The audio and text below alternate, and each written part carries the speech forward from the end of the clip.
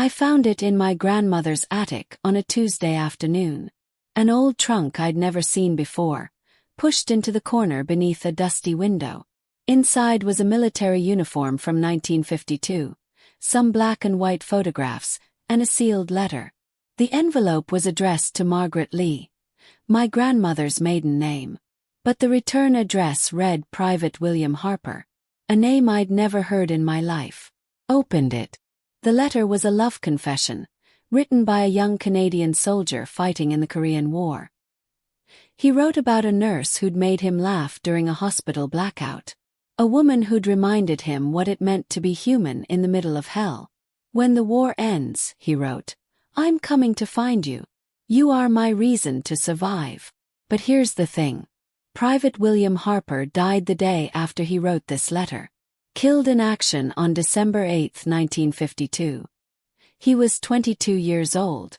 So how did his sealed letter end up in my grandmother's attic 70 years later? Had to know. I searched military records. I found his sister's family. I traveled to Korea and stood on the hillside where he died. And that's when I discovered the truth. My grandmother had loved him.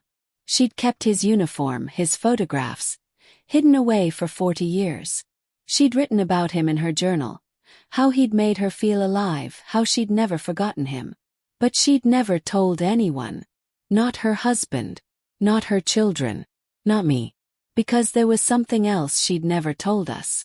When she came home from Korea in 1953, she was carrying William Harper's child. My uncle, the man I'd known my whole life, was William's son. And he never knew. This isn't just a story about a lost letter. It's about love that survived death. About secrets carried across decades. About words that waited 70 years to find their way home. And it's about how I discovered that William Harper didn't write just one letter that night. He wrote two. The second one was found in a military warehouse in Korea. Had been mailed but never delivered.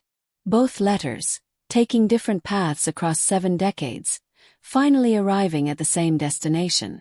Your words finally reached her, William. They reached all of us.